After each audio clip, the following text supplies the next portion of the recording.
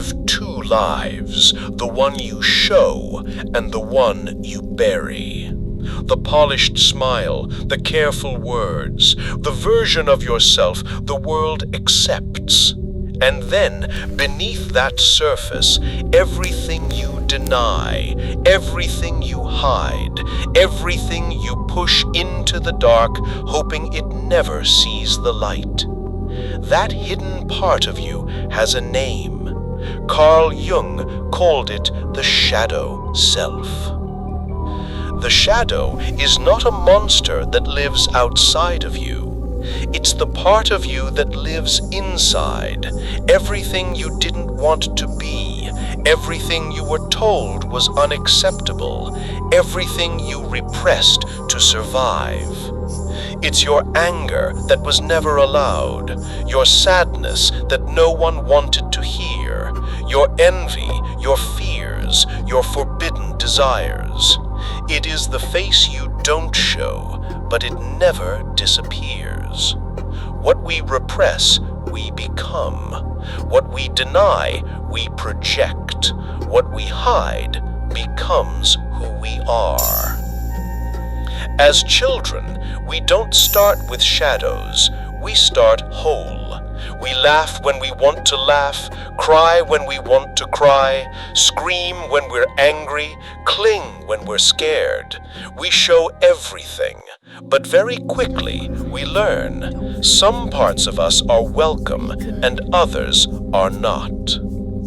Maybe your parents told you, stop crying, you're too sensitive. Maybe they told you, don't get angry, that's bad. Maybe they praised you for being quiet, obedient, strong, while ignoring the parts of you that were messy, needy, human. So you adapted. You learned to present the parts that earned love and approval, and to hide the parts that didn't. You split yourself, the acceptable self, the mask, and the unacceptable self, the shadow. Jung called this the persona and the shadow. The persona is the mask you wear for the world. The shadow is the mask you wear for yourself. The shadow doesn't disappear just because you ignore it. It grows in the dark. It shapes your fears, your desires, your choices. It whispers in your ear when you least expect it. A sudden burst of rage you can't explain, an envy you feel ashamed to admit, a fear of intimacy you can't rationalize. That's the shadow speaking. And the more you deny it, the stronger it becomes. Jung mourned, until you make the unconscious conscious, it will direct your life, and you will call it fate.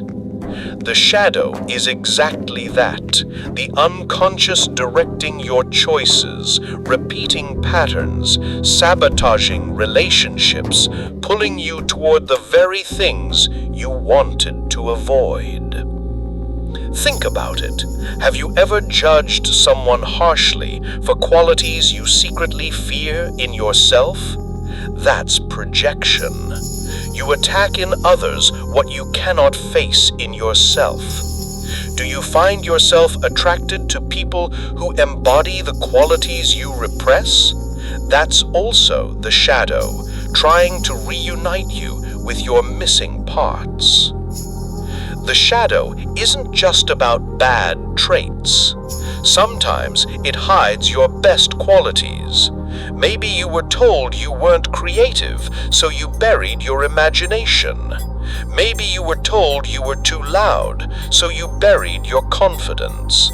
Maybe you were told you weren't good enough, so you buried your ambition. The shadow doesn't discriminate. It hides whatever you exiled. This is why so many people feel half alive, because half of who they are is hidden.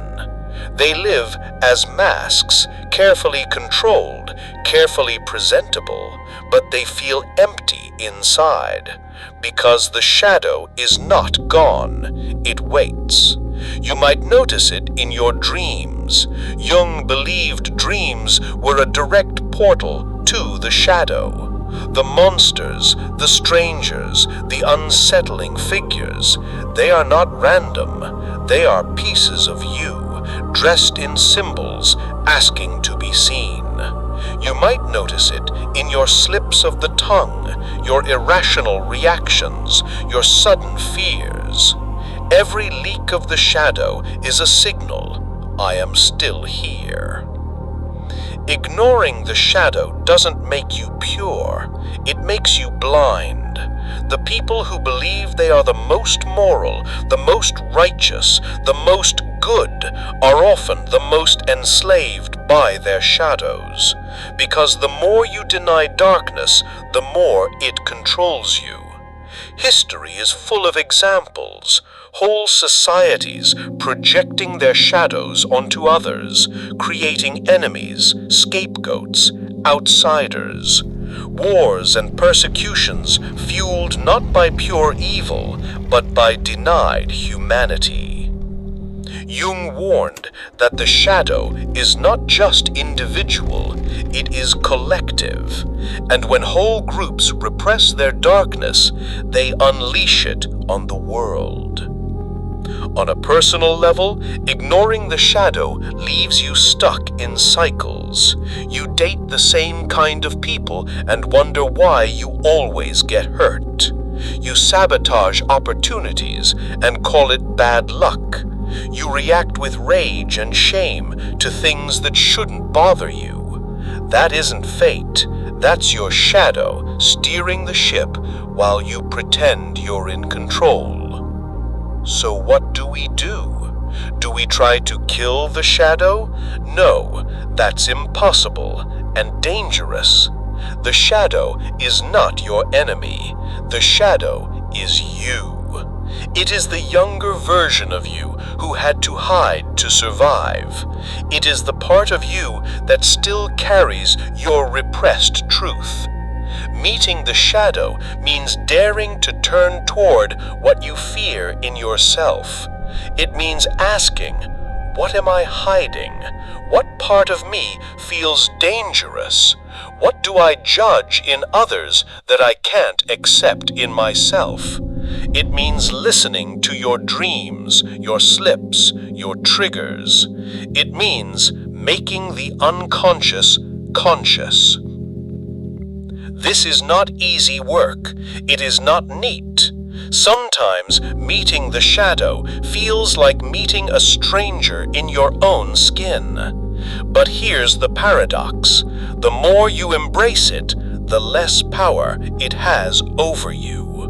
The shadow feeds on denial. It weakens with awareness. One of the clearest mirrors of the shadow is our relationships. The people we love, the people we hate, the people we envy, they are all mirrors. Jung called this projection. We project our shadow onto others and then react to it as if it belonged to them. This is why you might despise someone for being arrogant when deep down you're terrified of your own confidence, or why you idolize someone for being creative when you've buried your own imagination. Every reaction, love or hate, is a clue to your shadow. Relationships also trigger the shadow. Intimacy exposes the parts of us we try to hide. That's why love feels both intoxicating and terrifying, because the closer someone gets, the harder it is to keep the shadow buried. The shadow isn't just darkness. Inside the shadow lies power. The anger you buried could become your boundary. The sadness you denied could become your empathy. The fear you ignored could become your courage. The creativity you exiled could become your art. Jung believed that integration of the shadow is the path to wholeness, not becoming perfect, but becoming real. To live without the shadow is impossible. To live with the shadow is maturity. This is why Jung said, "One does not become enlightened by imagining figures of light, but by making the darkness conscious." Real growth is not about becoming pure, it's about becoming whole. Shadow work is not about destroying the shadow, but about learning from it. Notice your triggers. When someone irritates you more than they should, ask, what part of myself am I seeing in them? Explore your dreams. The characters in your dreams are often fragments of your shadow trying to speak to you. Journal your judgments. Write about the traits you despise in others. Ask, where does this live in me? Practice self-compassion. Remember, the shadow was born to protect you. Approach it not with shame, but with curiosity. This isn't about excusing harmful behavior. It's about understanding the roots of it, so you can choose differently.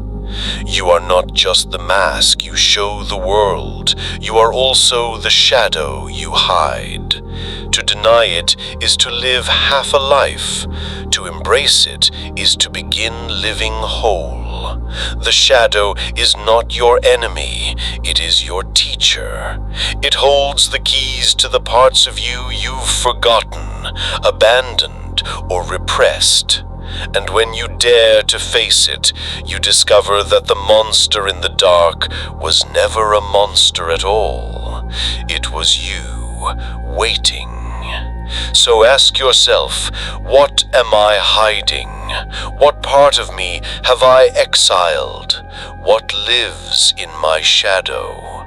Because in the end, the shadow is not about becoming someone new. It's about remembering who you are.